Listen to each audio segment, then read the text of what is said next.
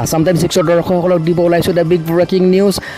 Beer কঢ়িয়াই নিয়া বাহন দুৰ্ঘটনাত পতিত হৈছে আৰু দেখুৱাই আছোঁ আসাম টাইমছ 6 দৰ্শকসকলক সেই বিশেষ এক্সক্লুচিভ দৃশ্যাংশ।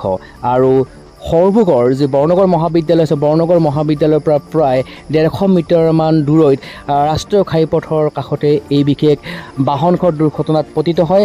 আৰু দেখি আছে আসাম টাইমছ 6 দৰ্শকসকলে সেই বিশেষ দৃশ্যাংশ। আৰু এই বিশেষ বাহনখনে বিয়েৰ কঢ়িয়াই নিছিলে আৰু বিয়েৰ বটল আৰু বিয়েৰ কেন কঢ়িয়াই নিছিলে আৰু দেখি আছে বাহনখন দুৰ্ঘটনাত পতিত হয়। আৰু তাৰপিছত এয়া দৃশ্যাংশ আৰু সৰভোগ থানাৰ আৰক্ষী বিষয়াসকল উপস্থিত হয় আৰু তদন্তৰ বুজ লয়। আৰু ক'ৰ পৰা ক'লৈ গৈ আছিলে এতিয়ালৈকে জানিব পৰা হোৱা নাই, যদিও এই বিশেষ ঘটনাটো আবেলি প্ৰায় 5:30 বজাৰ ভিতৰত সংঘটিত হৈছে। আৰু দেখি আছে আসাম টাইমছ 6 দৰ্শকসকলে সেই বিশেষ এক্সক্লুচিভ দৃশ্যাংশ। আৰু সৰভোগৰ যি বৰনগৰ মহাবিদ্যালয় আছে, বৰনগৰ মহাবিদ্যালয়ৰ আগত অনন্য ধাবাৰ ঠিক সন্মুখতেই এই বিশেষ ঘটনাটো সংঘটিত হৈছে। আৰু আবেলি প্ৰায় 5:30 বজাত বিয়েৰ কঢ়িয়াই নিয়া এইখন বিশেষ বাহন দুৰ্ঘটনাত পতিত হয়।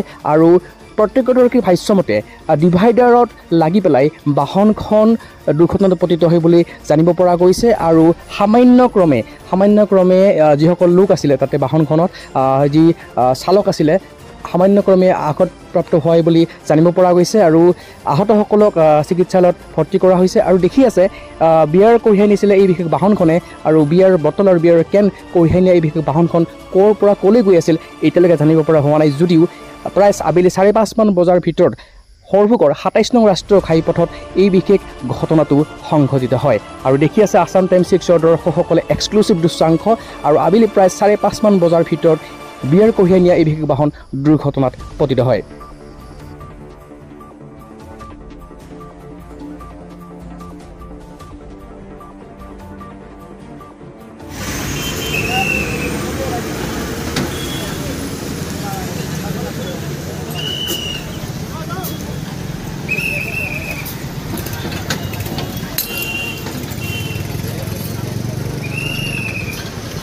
সৰভোগৰ পৰা ৰাজীৱ কলিতাৰ প্ৰতিবেদন, আসাম টাইমছ 6।